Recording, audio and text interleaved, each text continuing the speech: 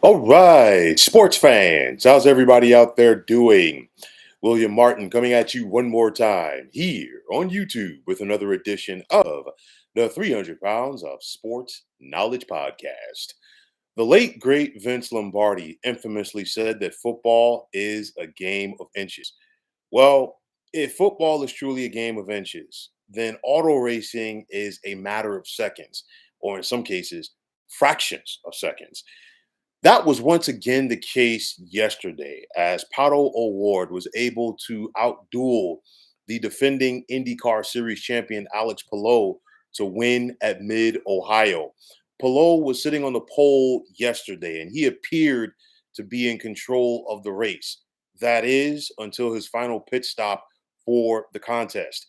With 24 laps to go at Mid Ohio, Palou went to the pits for his customary stop. And just as it seemed that Palou was going to have another solid visit to his pit, he stalled when he was ready to leave. The stall was not a big stall. It was about for a second, maybe a second and a half. But that little hiccup was just what Pato O'Ward needed. O'Ward had pitted on the previous lap, and when he came around the bend, his new tires were better equipped to be up to track temperature than those of Palou. Palou was trying to get it going.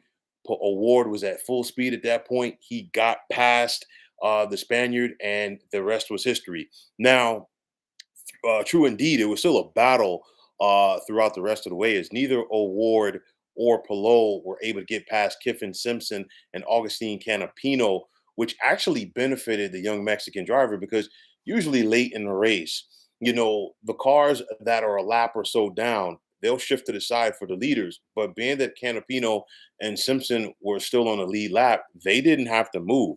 Okay. And it was one of those where, yeah, O'Ward had to slow down a little bit, but guess what? It limited the amount of space that Palou was going to have to get past O'Ward. And like I said before, it benefited the Mexican driver. So technically, I mean, you look at it, phenomenal finish. O'Ward held off Palou by just under half a second. Okay, technically, it's his second win of the season, going back to the beginning of the year when he got the win in St. Petersburg after Joseph Newgarden was DQ'd. But nonetheless, this was truly his first win in nearly 2 years. And you got to go back to when he got the checkered flag a couple of years ago in Iowa. So this is his first time putting on that first place hat as a winner immediately after a race in about 2 years. And it's been a long time coming for Pato O'Ward. You think back to his heartbreak at Indianapolis about 6 weeks ago. When he was leading on the last lap of that race, only to be overtaken by Joseph Newgarden, and championship glory just once again just slipped out of his hands. But he's been a guy. He's been chopping away. He's been chopping away. He was close last year on multiple occasions. He's been close again this year. And I think, you know what? This was a big win for him. And it was also a big win for McLaren. Now, on the flip side, for the guy who took second place yesterday, Alex Palou, he really has nothing to hang his hat on because he raced a phenomenal race. It was just that one little hiccup. Okay. And it wasn't a situation where he was stuck in the pits for an additional 10 or 20 seconds. No, it was about a second and a half. And again, that was all that Alex Palou needed. And again, like I said, it's a matter of seconds. That's what it comes down to on the track. But nonetheless, if you're Alex Palou, yeah, you took second, but you came out of this thing smelling like a rose. Why? Because you were the points leader going into yesterday's race, and you were able to extend your points lead over the second place Will Power, who took 11th. And Palou's Chip Ganassi teammate Scott Dixon was third, but Dixon had a power issue early on this new hybrid engine. And when it was all said and done, Dixon finished last. And in doing so, Palou has actually jumped in front of Dixon for third in the points right now. So there's plenty of racing left, and this coming weekend is going to be a big one because uh, we've got a dual race in Iowa, which means double points. And for a guy like Pato O'Ward, getting that win, I think is going to give him a lot of confidence over the next portion of the season. And it's one of those where, yes, Palou is still in first place. Yes, he's looking to go back to back. Yes, he's looking to make it 3 championships in the last 4 years. But it hasn't been as easy for him this year as it was last year. And that's not taking anything away from Alex Palou. The competition, everybody's really hungry trying to go out there and get these W's, and rightfully so. There's a lot of competition out there. Very quietly, Kyle Kirkwood is having a top 10 season. He's sitting there at six. Colton Herta has been racing very well of lately. He took fourth yesterday. He's sitting at fifth in the standings right now.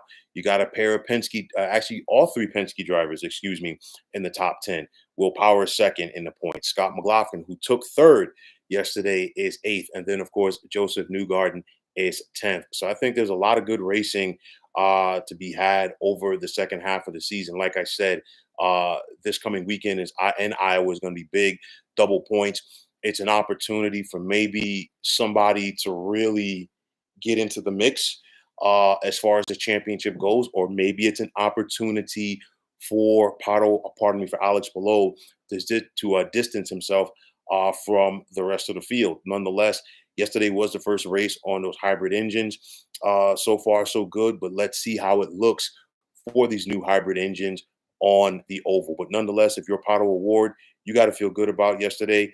A lot of drivers have to feel good about what they did yesterday. Another top five for Colton Herta, another top 10 for Christian Lundgaard, Alexander Rossi, and Kyle Kirkwood. And then the rookie, Toby Sowery, first race. He took 13th out there, and he finished in front of some quality drivers. But nonetheless, to the victor goes the spoils.